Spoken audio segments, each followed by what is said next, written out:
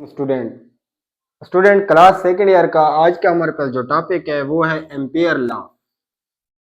हमने इलेक्ट्रोस्टैटिक में एक लॉ पढ़ा था, गॉसेस लॉ। जो गॉसेस लॉ वहां पे इलेक्ट्रिक फील्ड में काम कर रहा है, मैग्नेटिक फील्ड में उसी ही तरह का काम एम्पियर लॉ कर रहा है हमारे पास। वहां पे अगर हम कोई सिंपल अरेंजमेंट लेते थे तो पॉइंट चार्ज के लिए कूलम लॉ को इस्तेमाल करते थे, लेकिन जो कॉम्प्लेक्स सिचुएशन आती थी उसमें हम गॉसेस लॉ को यूज करते थे। और यहाँ पे हम क्या करते हैं, एम्पेयर लॉ को यूज करेंगे मैग्नेटिक फील्ड के लिए। एम्पेयर लॉ क्या है स्टूडेंट? एम्पेयर सर्कुलर लॉ इंडियर मेरी पीटर एम्पेयर किस सन में दिया था? इन 1826 में इसने लॉ पेश किया था अपना। Sum of product of magnetic field, किसका प्रोडक्ट है? मैग्नेटिक फील्ड का। And length of an element, यहाँ पे हम क्या करेंगे, एलिमेंट लेंथ लेंगे, ठीक है। Length of element of loop is a mu naught time the total current enclosed by the loop। ये जस्ट मैथमेटिकल फॉर्म जो हम यहाँ पे डिस्कस कर चुके हैं। यहाँ पे हमारे पास sum of B dot del L, यही बात है। ये magnetic field and del L का मतलब length is equal to mu naught. Mu naught है परमिएबिलिटी ऑफ फ्री स्पेस और आई करंट है हमारे पास। स्टूडेंट, जब हम एक करंट कैरिंग कंडक्टर यानी कि कंडक्टर के अंदर से करंट को पास करते हैं तो उसके अंदर अराउंड क्या होता है? मैग्नेटिक फील्ड होती है। तो इसका रिलेशन एम्पियर लॉ ने हमें बताया है। अच्छा स्टूडेंट, यहाँ पे देखें, ये हमारे पास क्या है, वो कंडक्टर है। तो यहाँ से अगर इसको हम क्या करते हैं, बैटरी के साथ अटैच करते हैं, इससे करंट फ्लो होगा। करंट फ्लो होगा तो इसके इर्द गिर्द सर्कुलर पाथ में क्या होगी? मैग्नेटिक फील्ड होगी।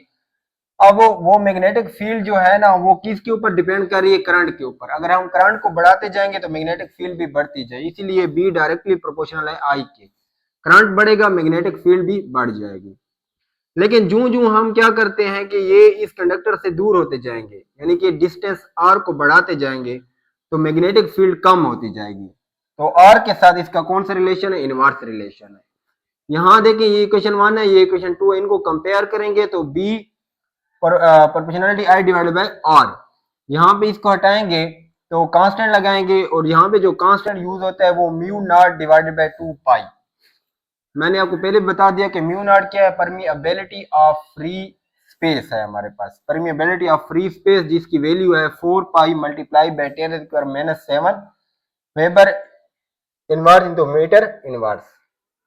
और यहाँ पे हमारे पास फॉर्मूला निकल के आता है बी इज इक्वल टू, ये कांस्टेंट की जगह mu naught divided by 2 pi I divided by R, यानी कि mu naught I divided by 2 pi R आ जाता है हमारे पास बी की वैल्यू। अच्छा स्टूडेंट, यहाँ पे वर्ड परमिएबिलिटी, वहां पे परमिटिविटी होता था, यहाँ पे परमिएबिलिटी है हमारे पास। अच्छा, ये क्या होता है student? The ability of a material to allow the magnetic field to pass through it. ये एबिलिटी है, ये अलाउ करती है मैग्नेटिक फील्ड को कि देखिए यहाँ पे अब ये हमारे पास कंडक्टर है, कंडक्टर के इर्द गिर्द क्या है? हमारे पास मैग्नेटिक फील्ड है। अब इसके यहां से यहां तक, यानी कि इसके अंदर ये फ्री स्पेस होगा। जो फ्री स्पेस क्या करती है, या कोई भी मटेरियल है जो इसको अलाउ करेगा कि कितनी मैग्नेटिक फील्ड को पास करना है हमने, तो ये क्या करता है? अलाउ करता है the magnetic field to pass through it. Magnetic field को क्या करता है? अलाउ करता है। अच्छा स्टूडेंट, इसके बाद आ जाते हैं रिलेटिव परमिएबिलिटी। रिलेटिव परमिएबिलिटी क्या है? हमारे पास रेशियो है किसका? Permeability of medium divided by permeability of free space. क्योंकि हम सारों की वैल्यू को याद नहीं रख सकते थे तो हम क्या करते हैं? रेशियो लेते हैं। अच्छा स्टूडेंट, हम यहां से एक मैथमेटिकल रिलेशन निकालते हैं। ये हमारे पास कंडक्टर है और ये इसको मैंने क्या किया है? बैटरी के साथ अटैच किया, करंट दिया, तो इसके इर्द गिर्द क्या है? हमारे पास मैग्नेटिक फील्ड आ गई है। अब वो जो मैग्नेटिक फील्ड है वो एक लूप बनाती है, सर्कुलर लूप, जिसको हम यहाँ पे एम्पेयरिंग लूप कहते हैं।